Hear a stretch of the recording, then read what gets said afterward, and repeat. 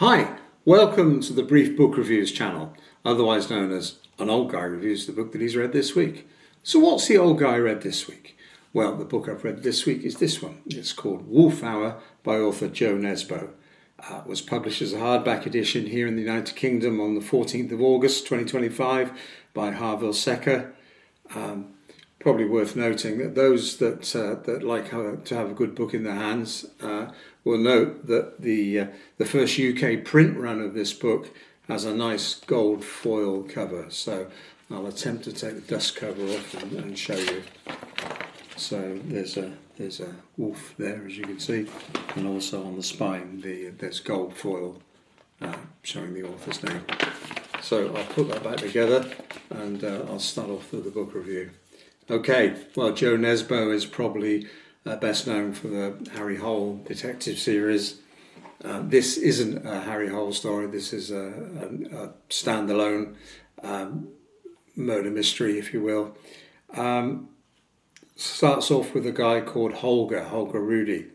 It's in 2022. And he's travelling to Minneapolis to do some research for a book that he's writing about events that took place in 2016. We then shoot backwards to 2016 where the story begins. We see a small-time crook who's shot down in Minneapolis, and all the signs point to a lone wolf sniper, and this sniper has completely vanished. And the thread of this story is that the whole purpose of the sniper is to tell a story. And he needs to get caught to tell that story. So all through the book there is a theme of there is more to this than meets the eye, because the sniper has an ulterior motive. So we move on to another shot. The first attempt to kill the small-time criminal fails. He's badly injured, but he doesn't killed. But soon the sniper moves on, and somebody else is actually murdered. So who are you going to call? Well, the hero of the book, the central character, is a guy called Bob Oz, Detective Bob Oz. He's a maverick. He's got a bit of a rep. He's got a couple of nicknames. One of them's One Night Bob for his slightly promiscuous behaviour, and he's also got another nickname, and they call him Kentucky Fried because he refuses to carry a gun. Kentucky Fried Chicken, obviously.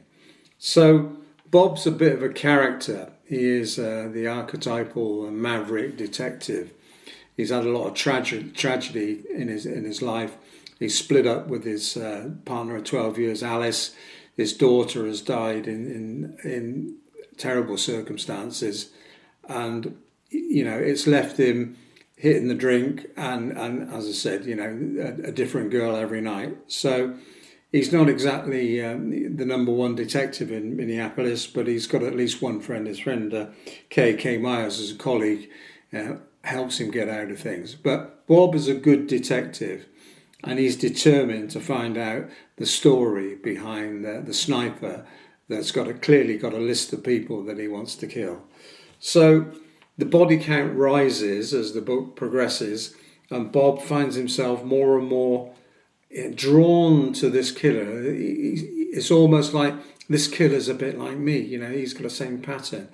One thing they do notice about the killer is that they have a couple of occasions where they nearly catch him. And whoever he is, he's a master of disguise. And, as I said previously, clearly Bob thinks that this guy is almost wanting to get caught and wanting to tell a story. So apart from, this sniper is going around killing people, and we get to a climax where the mayor is about to deliver a speech to a stadium full of people, and there's high drama because they think the mayor is next on the sniper's list. So really good build. Unfortunately, lots of people being murdered.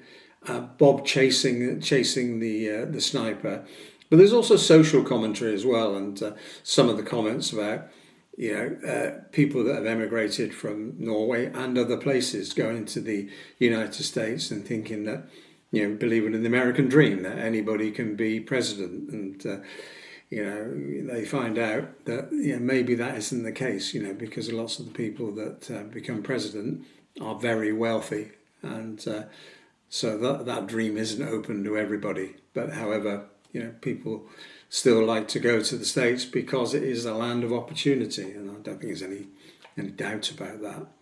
So there's also social commentary on one of and the killer's raison d'etre, if you will, is a modern day problem, a modern day malaise. And I'm not going to go into it because it'll spoil the book for people. So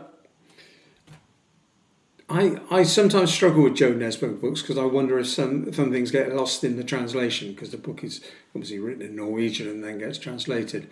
But I didn't with this one. It read well. It's reasonably well paced.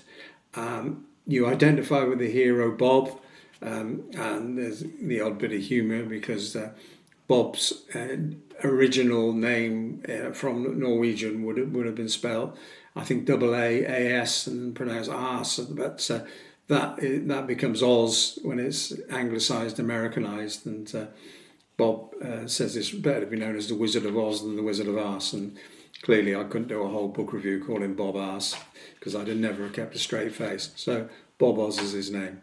So a good read, 418 pages. Anybody that likes a murder mystery, it is a bit gritty. It's not. Last week I reviewed a book about Judy Murray, which is very cosy crime. This is the other side of the equation, if you will. So it's a bit of a gritty drama. There are plenty of murders in it. Bob isn't. He is a maverick character. He's a boozer. He's a womanizer, but he's a good detective. So it wouldn't surprise me if we see another Bob Oz story. I enjoyed reading it. It's 418 pages. Another good effort by Joe Nesbo. So I think that's it for this week's brief book review. 10/10. Do we do it again? Thanks for watching. Bye.